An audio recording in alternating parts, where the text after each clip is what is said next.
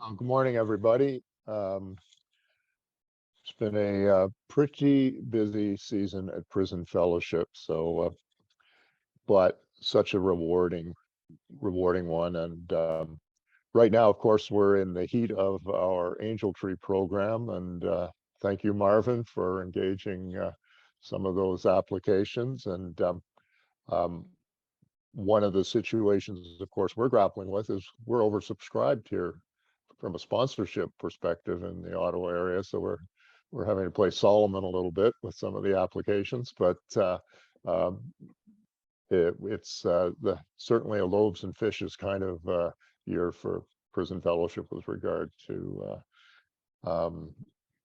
Angel Tree. A lot of things have been going on recently, and um, I may be reticent not to share this with you. Last weekend, we baptized 4 returning inmates at Bethel Church in Kingston, which was an amazing event. And there's a few people that are here that attended. I know John Westbrook attended, and Eric Richards, and I had to laugh because Eric showed up and his car was completely covered with snow, about 3 feet of snow on it.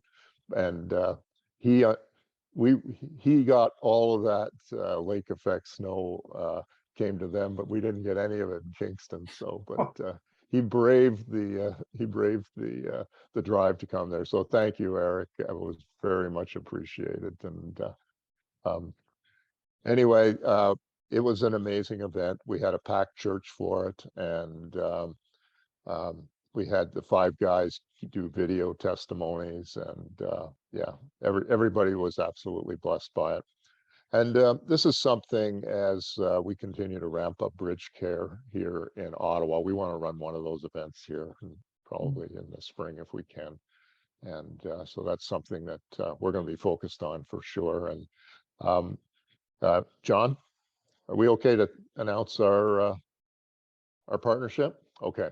So we have partnered up with Whitestone, and they are working with us to help deliver some of our curriculum to the Bridgecare clients here. We've been using something called the Reentry Journey, and that's been working out really well. And that, I think it was that process that actually had a lot of the guys decide that they wanted to get baptized. So that was that's a great program.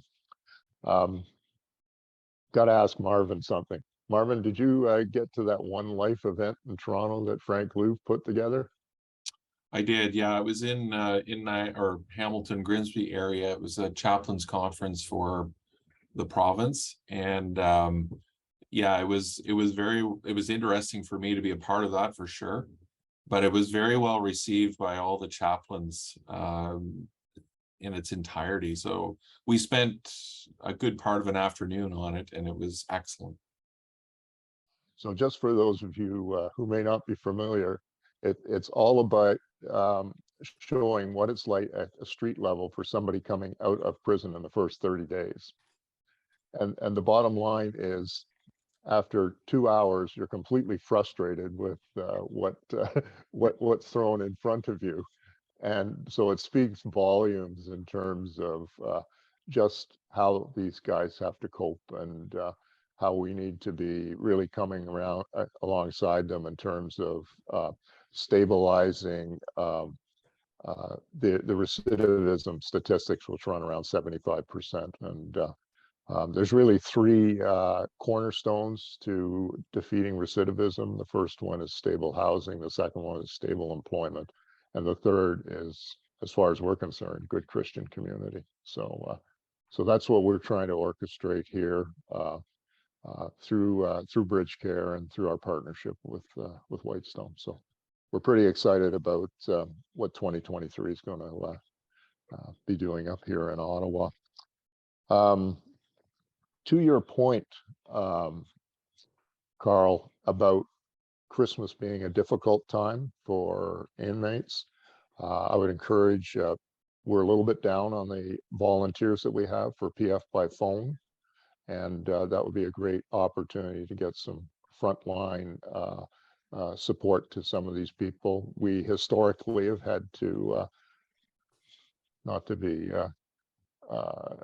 dismissive about this thing, but there's been a couple of situations where our phone people have really been able to assist these folks when they're in a pretty dark place, and so it's a very important ministry, and we're continuing to want to build on that because, and I've spoken about this before, we are in the middle of a project with a pilot project with the federal system at Bath Institute, and it looks like that thing is going to go live, and that means every federal institution is going to be engaged in that. So we've got a scaling issue from a volunteer perspective. So anybody who wants to jump in and be part of that, we would so appreciate it.